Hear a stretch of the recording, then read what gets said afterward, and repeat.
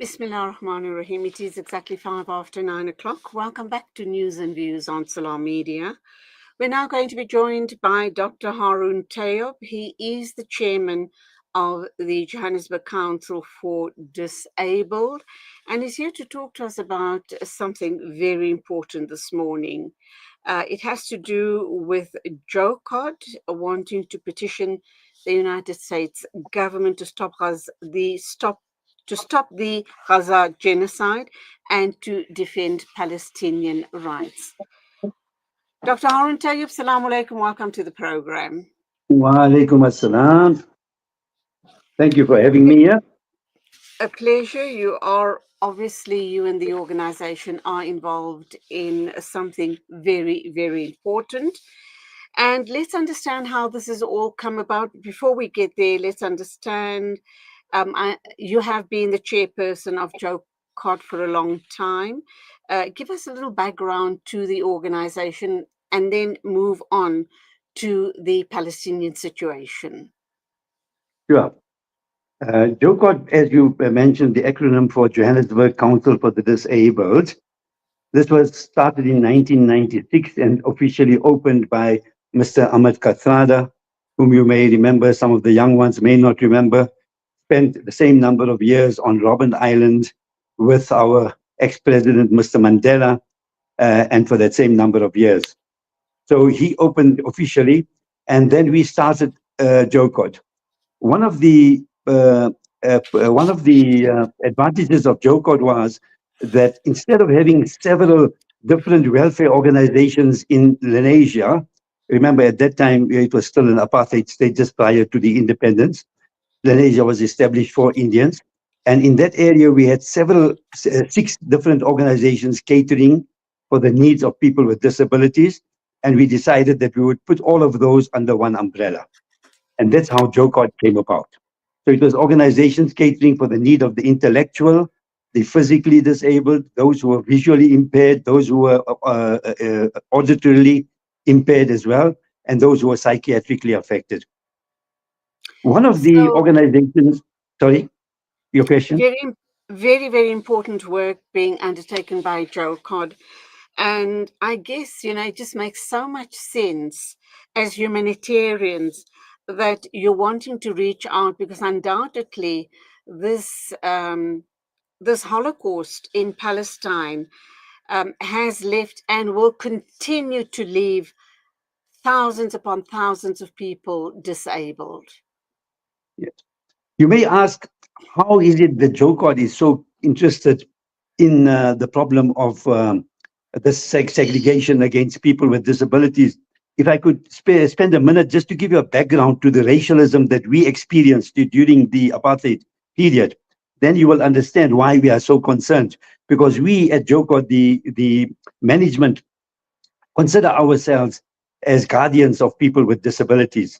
Now, during the apartheid regime, if I can have that few moments, during the apartheid regime, the government at that time segregated not only ordinary persons, but even people with disabilities.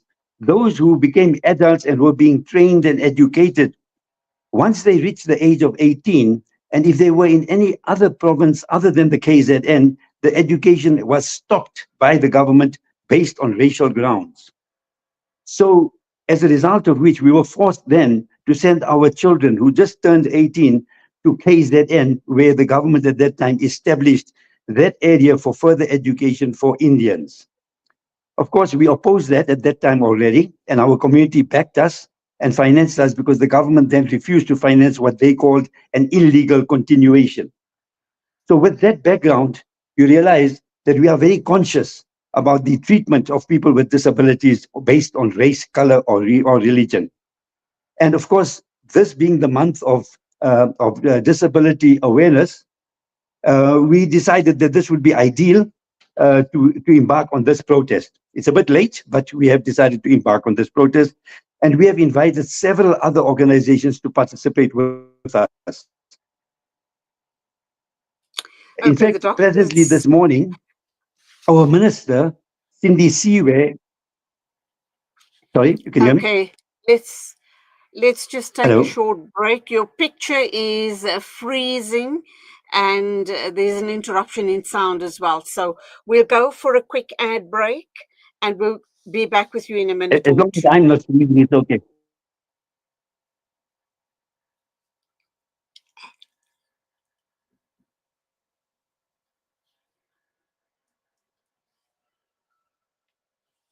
Salam Media.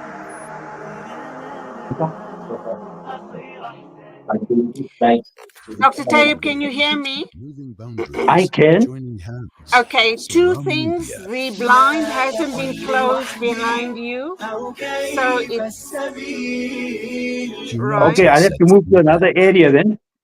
Let me see, Okay, or you I'll can. reverse. No problem. I'll just Okay. reverse and sit in the chair on the opposite side. All right, and half your face has been cut off. You need to tilt the screen a bit. So if you can just try and reposition yourself, please. The picture's frozen completely.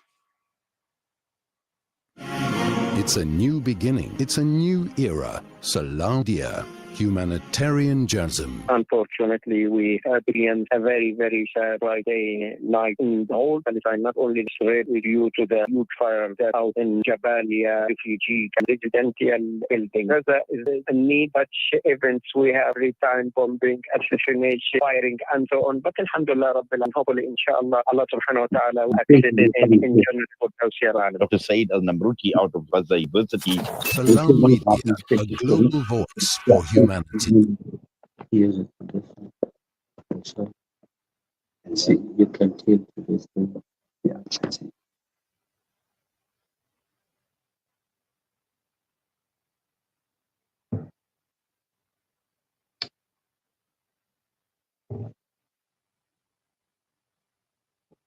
Rejuvenating media day by day.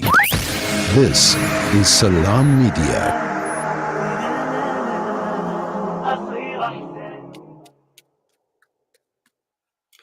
Welcome back. It is exactly 12 after 9 o'clock. We are talking with Dr. Haroon Tayob. He is the chairperson of JOCOD, and we are talking about people with disabilities. Welcome back. Can you hear me now, Dr. I can Haroon hear you Tayob? very clearly. Is my picture there okay? You said you could only see half of me. Is you talking like my wife? You're like my wife. She's always complaining about my face. No, it's perfect. Thank you very much. We did get part of your response earlier on. You were talking about the importance of why JOCOD came about, and you gave us a bit of historical context regarding the apartheid era and why. And now we're going to be talking about this initiative. Why is JOCOD supporting the Palestinian people regarding this issue around disabilities? Well, first of all, this is the opportune month of November. As you know, from the 3rd of November to the 3rd of December every year, as declared by the United Nations, this is the month of awareness of people with disabilities. So we decided to take this opportunity, and together with many other organizations who have subscribed to our memorandum, we are going to petition the embassy, the consulate in Sandton, condemning the Israeli state deliberate action against the will of the population of Palestine, especially with regard to not only PWDs, that is people with disabilities, but also with health workers, with journalists, etc. So there are implications of this criminal activity against many people, although we are concentrating on people with disabilities in the Gaza. We are also requesting Carry on. We are also requesting the USA to pressure the Israeli state to immediately lift the blockade on Gaza so that vital securities of life, such as food and medication, as well as critical services, are allowed to be able to enter to the Palestinians. And then we're also requesting the US to stop all forms of aid to Israel, which will allow this criminal activity and this war to continue. So that is the reason that we've actually decided. And like I mentioned, November being the month of people with disability awareness, our minister in the Parliament's office, in the President's office, I beg your pardon, Cindy Siwe Shikangu, is presently at JOCOD, where she is launching the concept of awareness of the People with Disability Month. So we are quite appropriate in having the action this particular month. Absolutely. And obviously, we commend JOCOD for this stance, because people might ask, do you think it's going to make a difference? Do you think that the American government is going to give you a hearing, or even perhaps look at the petition? But I believe that every little action, every tiniest of action will add up, and eventually someone somewhere is going to realize that people are aware of what is going on, the indiscriminate killings of innocent men, women, and children. But I go back to a comment I'd made earlier on. JOCOD is focused on assisting people with disabilities, and you here in South Africa have done amazing work and turned many lives around. But when we look at the Palestinian situation, apart from people that have been born with disabilities, we now have a large percentage of that population who have been deliberately disabled through this genocide or this Holocaust. And I think we need to raise our voices as loudly as we can. Absolutely. That is included in our memorandum. And the tragedy of that is that after, hopefully, the war ends soon, whether you call it a war, you call it a criminal act, if this ends soon, what is going to happen is that those so-called democratic countries, especially the West, will start offering services to people with disabilities that they have created. And then they will expect us to praise them for their involvement in assisting. In the meantime, they have actually created all this. So it's really tragic as to what is happening, and that this cannot be stopped. So yes, you are right. We are concerned about people being maimed, and there's more and more people with disabilities are being created throughout the world. And it's not only in Palestine; it's throughout the world. Wherever there are wars, wherever there's conflicts in Africa, conflicts in the Ukraine and Russia. So we are opposed to this kind of treatment of people with disabilities throughout the world, because, like I said, we are guardians of people with disabilities. But one point I'd like to just mention to you. Often when people look at people with disabilities, they look at the disabled and they will say, oh, look at his arm, look at his leg. And they will say shame. But in fact, with our organizations, we've realized, don't look at the disabilities, look at the potential and Okay, that picture's freezing again. We've lost Dr. Haroon.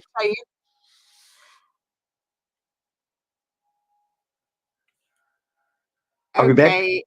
Yeah, we're back. We're going to have to wrap up. My next guest is standing by. Apart from the petition, JOCOD's petition to the USA administration to stop the genocide in Gaza, what other acts are you involved in to support the people of Palestine? And when this madness does stop, I think the realization is, apart from migrants, then Palestinian migrants, or the people that have been maimed during this Holocaust, they're going to need a lot of attention. How do you believe JOCOD could be then involved? Of course, the big problem there will be to be able to assist them openly, either by assisting them in bringing them over to our country here, where treatment may be able to be provided we get the support of our government in that respect. In the same way, for example, you heard that there are medical doctors who've been invited to South Africa to continue their education. Our government has been excellent in that response. So we're hoping in the same way that we will be able to bring across some or many of people with disabilities. We hope that our organizations like the Islamic Medical Association and people like Dr. Imtiaz Suleiman with Gift of the Givers and African Muslim agencies will be able to, with them together, we hope that maybe we will be able to take our doctors, encourage our doctors to go out there in support of people with disabilities and try to help in terms of treatment and take with us equipment, etc. So that is hopefully, yeah. Of course, that is for now the long-term plan regarding JOCOD and South African medical professionals who will, inshallah, when the madness is stopped in Palestine by the Nazi Israelis, that we can go in and go and do humanitarian work. But that's where I'd have to leave it, unfortunately. All the very best and a very, very commendable act on the part of JOCOD. Go well, and we'll keep you and your organization in our du'as. Thanks for talking to us, and salaam alaikum to you. Wa alaikum assalam. We are here in the middle of a Zahra neighborhood. The whole neighborhood is already destroyed.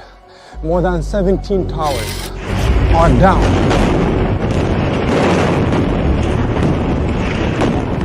Here, as you can see, the firefighters trying their best to help. The people are still under the rubble. A lot of the people. Join Hamza on his exclusive South African tour as he shares his personal experiences, never before seen footage, and powerful insights on the ongoing genocide in Gaza. This is more than just a talk. It's an invitation to witness Gaza through the lens of Hamza Sha'alan. Don't miss this opportunity to meet the photojournalist who brought Gaza's pain and perseverance to the world in its darkest moments. Follow Salam Media on social media pages for more on this tour and be part